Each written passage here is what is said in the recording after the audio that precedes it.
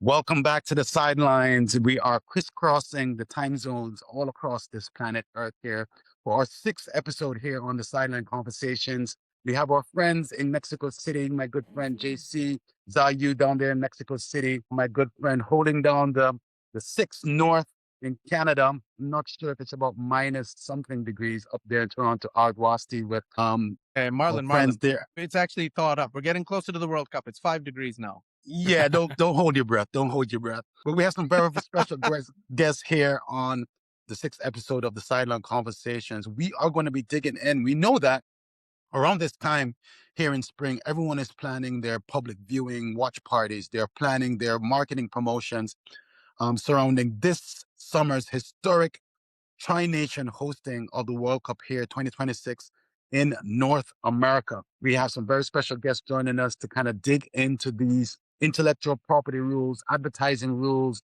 what is a clean zone, all of those things. And we have one of the most globally recognized experts in online brand protection. He's now currently heading Avion in Zurich, Switzerland, and formerly he represented our good friends at FIFA in online brand protection, but he's now doing it privately with global brand protection, various private brands across the world in Zurich. Daniel Zoni joining us from Zurich. Welcome to the sideline. Thank you, Marlon. Appreciate it. Appreciate the You know, kind introduction. Glad to be here. is it a similar weather in Switzerland as it is in Toronto? It's raining. It's not great. It's not great, but much warmer. Much warmer. It doesn't get that cold here. But we really appreciate you being here on the sideline. Later on in our program, we're also going to be welcoming our debutante friends from Uzbekistan to give us some perspective of what it's like to be joining the World Cup for the very, very first time in history. And we will be joined by a special guest later on in the program. But for now, we want to walk through the jungle of planning public viewing watch parties, also known as PVEs, public viewing events, and what the legal framework or the business considerations are about hosting these watch parties. So, Daniel, I know that FIFA has regulations. I know that the networks are trying to protect their brands and their broadcasting rights. But what's really entailed in having a public viewing event, whether you're having it locally in North America or you're doing it in Uzbekistan or Switzerland? What is the general framework? Well, the good thing is for everyone, you can look up the framework. FIFA has published at the end of last year its regulations for public viewing events, which actually this time around was earlier than often in the past. So there are some guidelines that you can look at. They have published two sets. One is international and the other one is for the host countries. So USA, Canada, Mexico. And they differ slightly. There's a lot of that is the same, but they differ slightly, especially when it comes to defining what is what. And in general, there are different kinds of public viewing events that FIFA requires a license for. And those hinge on whether they're commercial or non-commercial and on the size of them. What's the biggest difference between those two, commercial and non-commercial? So when you look at commercial, it means that it's ticketed. So you're asking for an admission fee, and that doesn't have to be an admission fee in the sense of money exchange. It can also be like, a consumption minimum, drink minimum, whatever. So that makes it commercial ready. And also if it's sponsored by anyone, that also makes it commercial. And essentially, if any commercial benefit is derived, even if you said, hey, you only get in if you do X, that makes it commercial. So But Daniel, more likely, yeah. if I have a restaurant, downtown Kansas City, we know the Argentinian army is arriving. I want to put these matches up on my screens. I'm going to charge slightly higher than usual for burgers, fries, and beer, but I don't have a minimum. I don't have an entry fee. Am I still commercial? That really depends, as always, when you look at legal documents. But generally, bars, restaurants, hotels, pubs, clubs can qualify as non-commercial. So if you show sports in an ordinary course, like as a sports bar, etc., in general, you're fine. If you're making a special event out of it, and especially if you're exceeding a certain size, normally above 1,000 attendees, then you get to the commercial part. But like if you run a sports bar in the normal course of your business, you typically are fine. And you don't need a specific license. However, you still need the regular cable licenses, etc. Right? I mean, you just can't like throw up a feed that you got somewhere. You still be on the right side of the regulations, but you don't need a license from FIFA per se. Daniel, I Interesting. just JC, you were going to say? Yes, I'm sorry. I just heard from and saw a lot of a news from Mexico. I mean, a lot of cities where there's not going to be any matches are thinking of doing some public viewing in the downtown squares or in theaters, and there's going to be more than 100, more than 1,000 viewers. For example, in the city I live in, Puebla, they are thinking about putting giant screens in parks and everything, and they will be selling. This is organized by the museum, the local authorities, but they're going to be selling beer or food or anything like that. Would they still be qualified as non-commercial viewings? Well, again, that depends. If it's more than 1,000 people, if the attendance would be more than 1,000 people, then you need a license. But the good thing is there is a mechanism. You can go on the FIFA website and request a license, and actually FIFA will determine whether what category you fall under. Right? I think the crux here simply is, don't just go on your gut feeling. This might be commercial, this is not. Look at the regulation, and if in doubt, just apply for a license. If you don't fall under a special licensing scheme, FIFA will tell you, what, you don't even need a license. But what most people do, they don't even look, right? So that's the problem. So I think the important takeaway here, Marlon, is for the party that you're planning for all of us, which I understand the guest list is about 1,000 people right now. Definitely. You might actually need a license. Before we continue with Daniel, I thought now that Mohammed has joined us from Uzbekistan, it would be a good opportunity to welcome you. I'm going to try to say this correctly. Hoş geldiniz. Is that close enough? Hoş geldiniz. Yes. Geldiniz. Hello. Welcome to the sidelines. Thank you so much. Hello. I do apologize for late joining because it was unexpected. I was stuck in the city center in downtown. So no problem. But finally I'm here, so I'm glad to see you all, and thank you very much for your invitation. So I'm so excited to have a good conversation with you guys. Absolutely, Mohammed. Thank you for joining us here on the Sideline Conversations from Tashkent. We are having a very robust discussion about public watch parties, and I'm sure there are a couple public viewing parties that are going to be planned in Tashkent and the various towns. And JC was just asking whether or not these public viewing regulations actually apply to municipalities and towns or law firms, or, I know that Gowling is planning a big party. If they have multiple screens in their law firm, Daniel, and they're serving appetizers and they send out a nice flyer with Sideline Conversations, would that apply to Gowling? Gowling, complete ambush issue.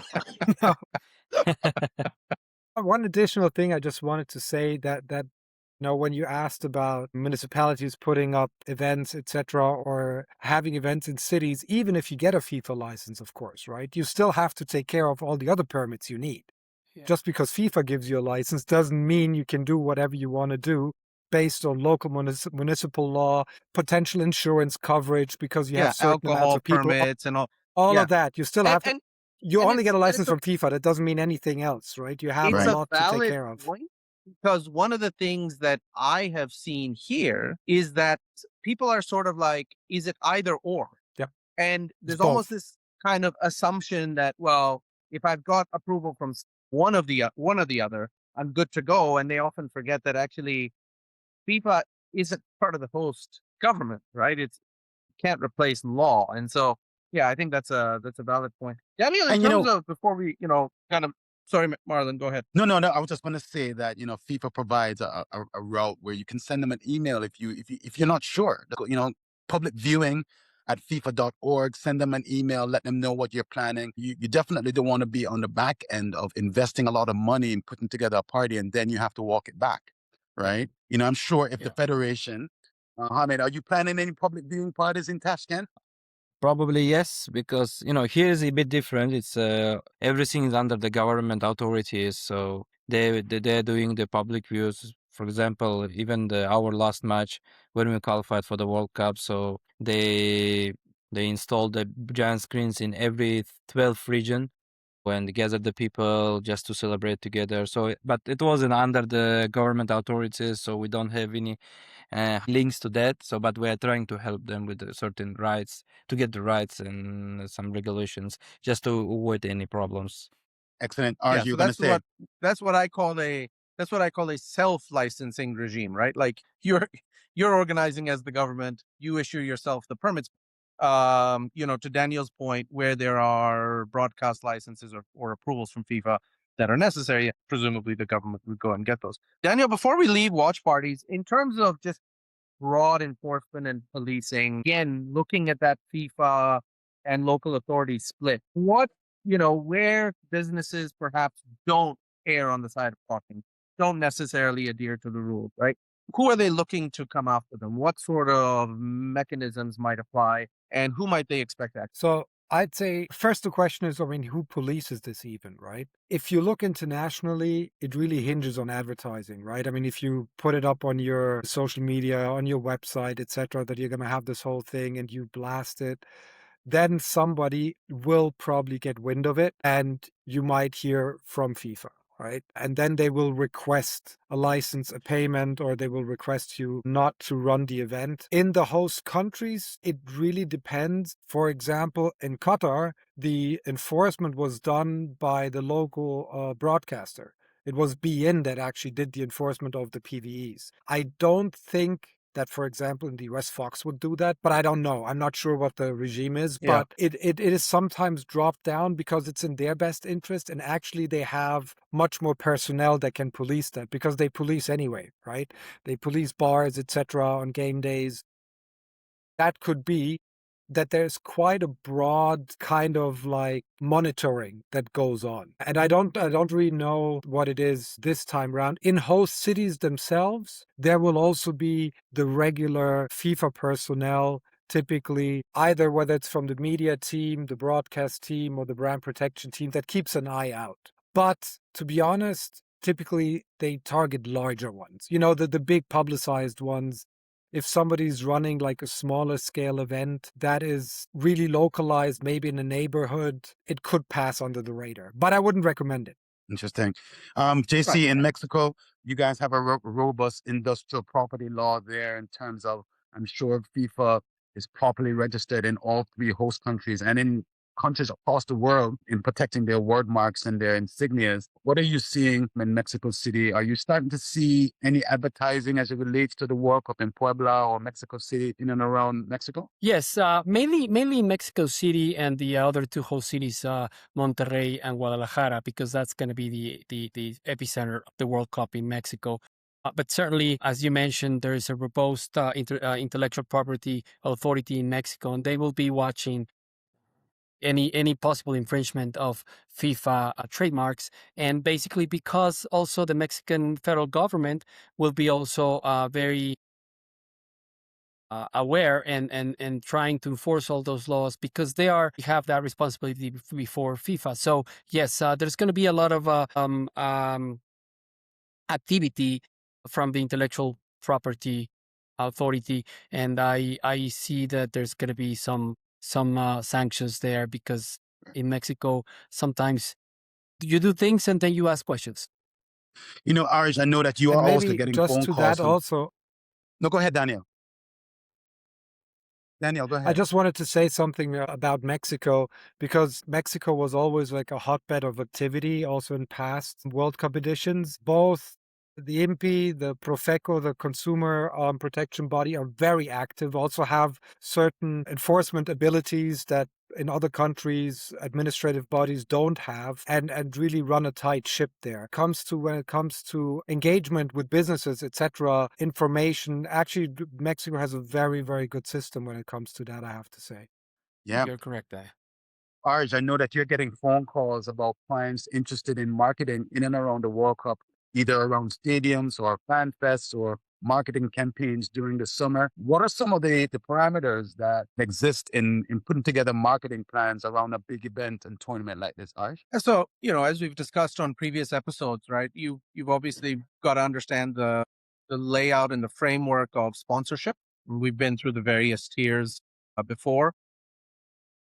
We've also got, for host cities, including Toronto and Vancouver, clean zones that FIFA and the local press have started to articulate and define. One thing I found quite surprising, Daniel, you'll remember our conversations in Qatar, right? Very different kind of commercial environments in the city centers.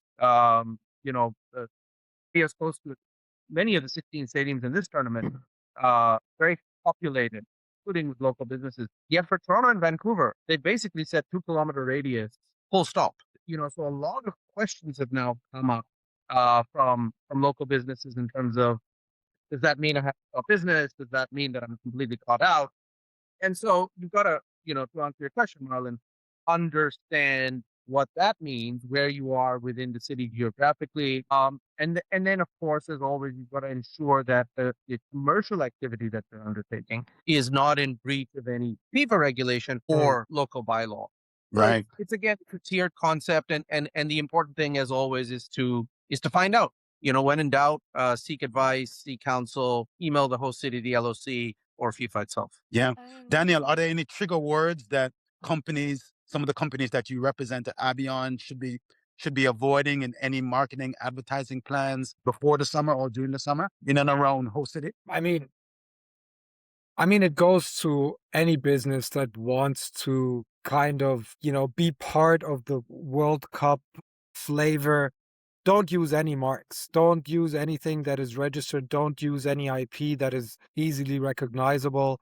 There's, of course, levels of importance of IP also, but definitely nothing that is, whether it's FIFA, anything to do with 26 emblem, the mascots, but most importantly, the trophy. FIFA is very, very vigilant when it comes to the World Cup trophy, which it's most prized and probably most important intellectual property asset.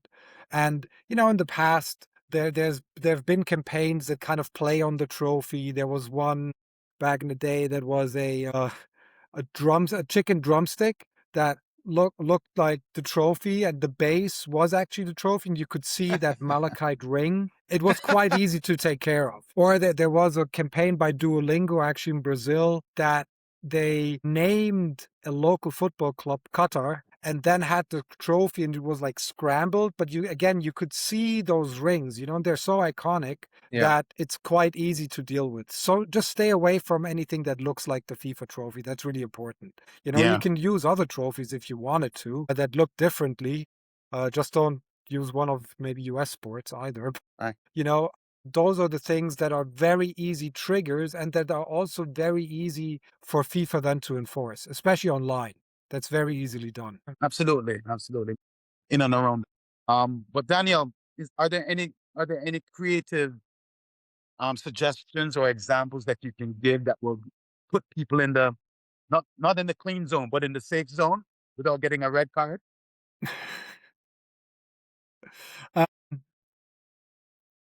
As I said, first, stay clear of any use of FIFA IP. Secondly, there have been a lot of campaigns that were run in past tournaments by also straight up competitors of FIFA sponsors or partners that just treaded on the right side of association. I mean, association is a very broad term. Just because you're using football imagery or football themes, or you're in a setting that might look like a certain country, doesn't mean that is prohibited or that is already crossing the line. I mean, for example, Pepsi ran a big campaign with major stars that were also participating in the World Cup, like Messi, etc., on the backdrop of what looked like an Arab city, which it was not filmed in Qatar. It was filmed in Morocco, right? But it was kind of a bazaar setting, etc. But it was just not enough to cross that line to say, okay, now you're getting into ambush territory, or unpermissible ambush territory, because it was an ambush, right? But it was not actionable. Let's put it that way. And so there are ways. Beats by Dre did it in 2015 with a very famous campaign. Exactly. with probably one of the most expensive campaigns, because they had like everybody that you could just imagine, from LeBron James, Serena Williams, Neymar, etc., in that spot. But yeah, again, it was just not enough to be actionable. So there are these opportunities. You just need to play it smart. Absolutely. So Mohammed, as you guys are now planning to visit Atlanta, Houston, and Mexico. there we go. JC, I know. you got a guest coming. I You know. got a I guest know. coming. I'm trying to So- get tickets. Remember? Let's not go there. Let's not go there. So We'll Mohammed, just join the Uzbek delegation. yeah. You're more Are than you welcome. aware of companies that could be back home from Uzbekistan that are looking to use the opportunity of having the Uzbek national team in the United States and Mexico to advertise their brand, to do any activations? Are you seeing some activity there? To be honest, I'm a bit far from the marketing matters because I have my staff doing this. But as per my information, we don't have any local brands that they want to make some break activations. But what I know, we have our Ministry of Culture and Tourism that they're planning to do some activities, but not in the FIFA territories, like official areas. In the cities itself, in Mexico City, in Houston and Atlanta. So we want to spread our culture, to show Uzbekistan and open, and to show that Uzbekistan open for everyone, to invite everyone. We have very beautiful seats, very beautiful historical sites. So I think it's a good opportunity for us to show the country itself, not only on the pitch, but beyond the pitch as well. Well, I think it makes a lot of sense. And Daniel, we've seen that at previous tournaments. You think Yes. back to when Qatar was introducing itself to the world in 2010 in South Africa. That was the play, right? Let's just introduce ourselves to the world. Yes. And not necessarily with a directly commercial objective, but a cultural exchange. And I think that's one of the most beautiful things about this World Cup. And certainly, I think Uzbekistan playing in Mexico City is going to be fantastic. Yeah, you're JC, totally right. It's there's an not opportunity here. more commercial. Yes, please go ahead. No, Mohammed, I was just going to say to JC that this is an opportunity for Uzbek and Mexican food to be. There may be an opportunity here for a merger here, JC. Come on. Oh, no, Yeah, totally. totally. Yeah. We'll bring some cooks. We'll try to do something. No, I will be with the Uzbekistan delegation all the way. Of course. Game. You have my contacts, please. So you're more than welcome. Yeah, of course. So, Mohammed, how are you preparing for this historic opportunity? What is the mood within the federation and the team? Bring us inside the locker room and how you guys are feeling. How are you preparing for this moment? Actually, we are very excited. We are very happy. We have a lot of work, but we've been dreaming this for a long time, and so we're ready. So we were preparing ourselves for 34 years, for this opportunity, and we're here. And we're doing our best 24 hours, doing all this hard work. It's new for us. We're learning every day new things, but we are excited. And a part of that, so everything is good. The team is getting good preparation, so we're gonna host the FIFA series matches in March. So we will host the Venezuela, Gabon, and Trinidad and Tobago national team. So we're waiting for very exciting and very, how to say, tough matches. And so as you're well aware, we will have a match in Canada on the 1st of June against the Canada. So in Edmonton City. Then we will move to US and to continue our last preparations for the World Cup. Then here we go. We go to Mexico on 17. Yep. Excellent, Nice, excellent. Nice. I like Hey, the choices Mohammed. of- Go ahead, JC. Yeah, I'm sorry. I was going to ask Muhammad, now that he's talking about the qualification. First of all, congratulations for qualification to Thank you so Uzbekistan. much. But can you talk to us or describe to us very briefly how or what was the atmosphere within the federation and across the country upon the qualification? To be honest, it was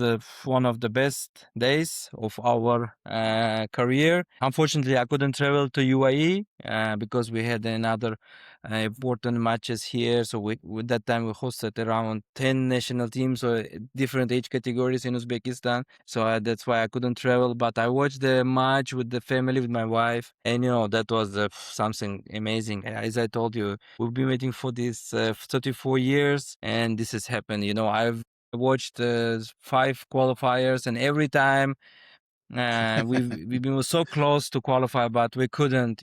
Sometimes we needed 1 goal or 1 point. So, but this time we made it, and we made it one of the first teams. We've qualified, I think, fourth or fifth in the world. So this makes us proud. And after the qualification, so we started the preparation for the celebration because we had another match against Qatar, the last one, and so with the all government authorities, we started the preparation, and so finally we did it. The country president came to the match, so we won the Qatar 3-0. Then so after the match we were celebrating all together. So he came out to he came to the pitch. So he congratulated everyone with this big victory. So from that time, so we started our big journey.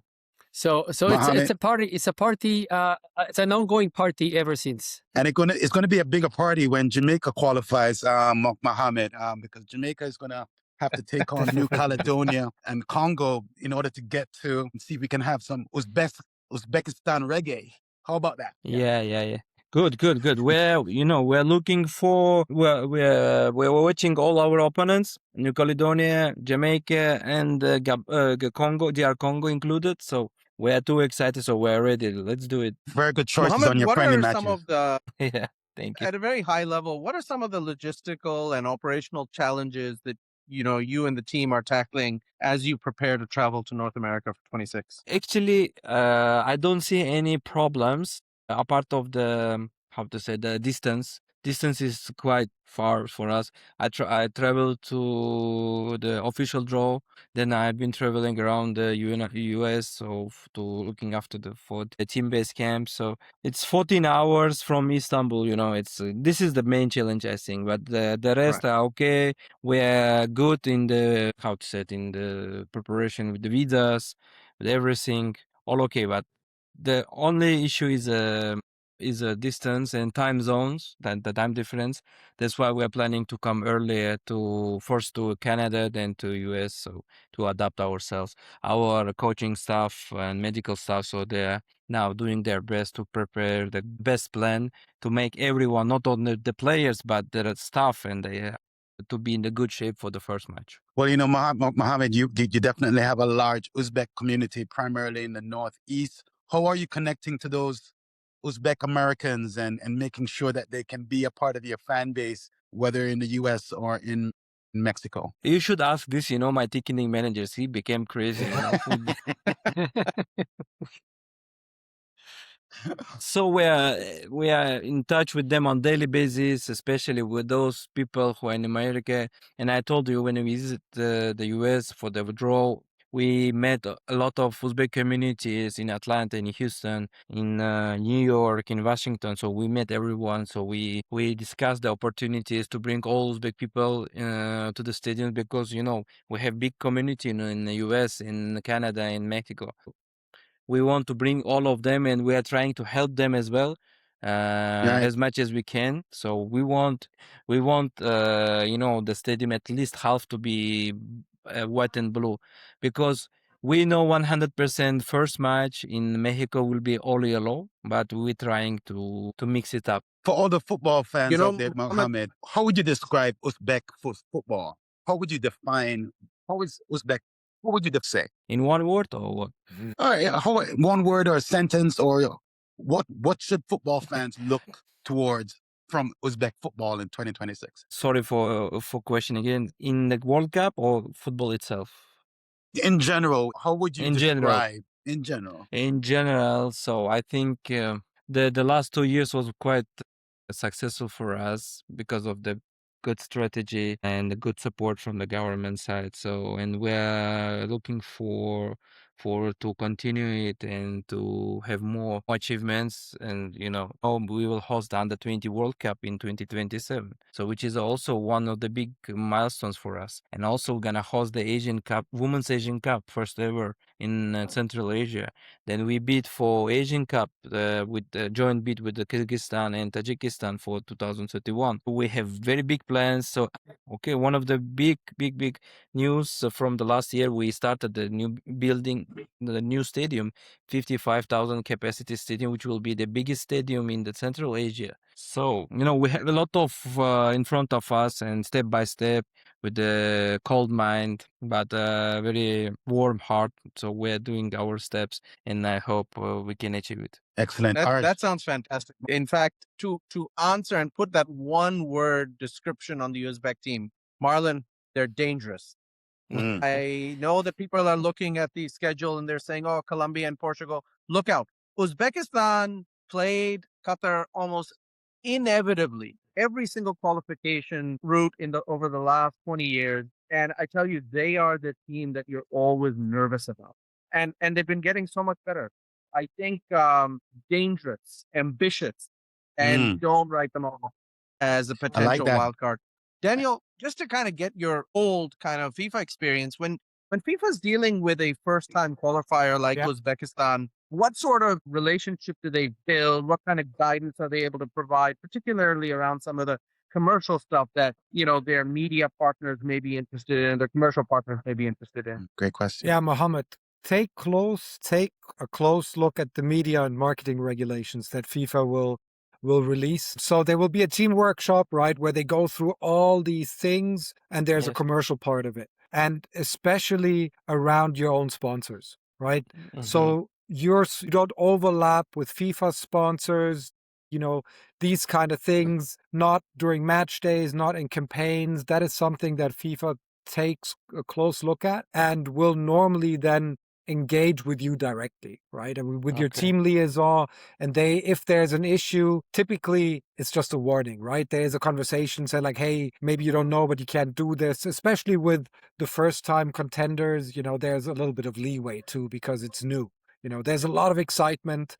There will be a lot of excitement from your sponsors also, because it's the world stage, right?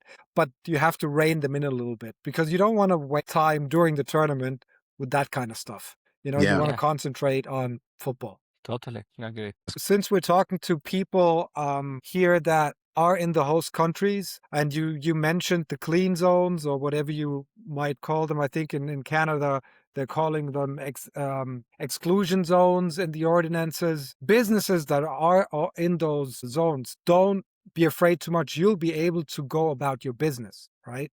Just don't expand on it.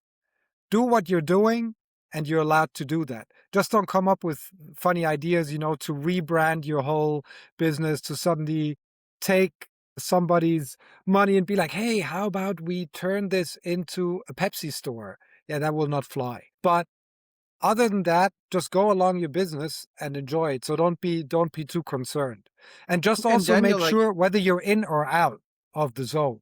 Because the zone, you said it earlier, Aarij, 2 kilometers, but that was actually an old thing from FIFA. Then it was done to 1, but it's never like the whole radius.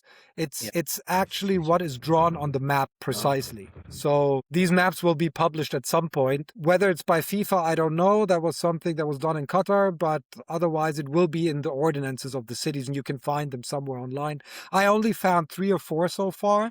I think not all of them are set yet, but Vancouver is done. I think Miami is done. Santa Clara for the Levi's Stadium. Can't call it Levi's Stadium for the World Cup.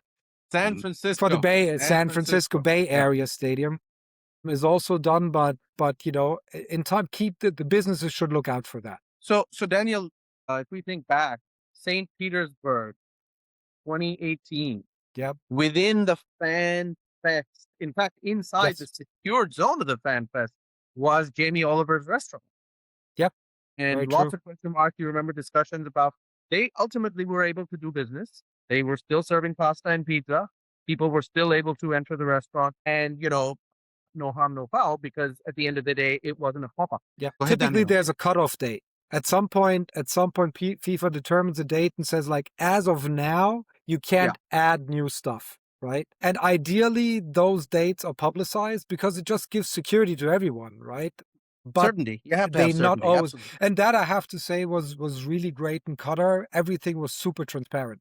It was really very transparent and there was not a lot of doubt, but it's not always that way, unfortunately. You know, we are just so honored to have our debutant team, Uzbekistan, here with us here on the Sideline Conversations. Mohammed Sadiq, head of competitions. Good luck on your friendly matches against Trinidad and Tobago, Gabon, and Venezuela. Those teams are going to well prepare you for Portugal and Colombia. We wish you the best in all your whatever talented you have. We know that the Uzbek people are very excited about coming to North America for their first time after 34 years. And certainly, our friends in Monterrey, Guadalajara, and Mexico City are getting ready for their municipal public watch parties. Please make sure that if you are a business or a municipality, that you contact FIFA Public Viewing at FIFA.org to ask your questions as to whether or not your event is commercial or non-commercial. And certainly, Aarij is getting ready for his ambush campaigns for many of his clients, making sure that they are up to the line of association, but no association in terms of his skill compliance as well, making sure that they are outside the clean zones and outside the exclusion zones here on the sidelines, avoiding any yellow cards, avoiding any red cards. All right. And remember, if you need a ticketing agent, JC is available in Mexico City. Yeah. All he asks Yeah. is one ticket. He Yeah. just wants Just one ticket to a FIFA match. Thank you. All right. Ciao. Bye-bye. Take care, guys.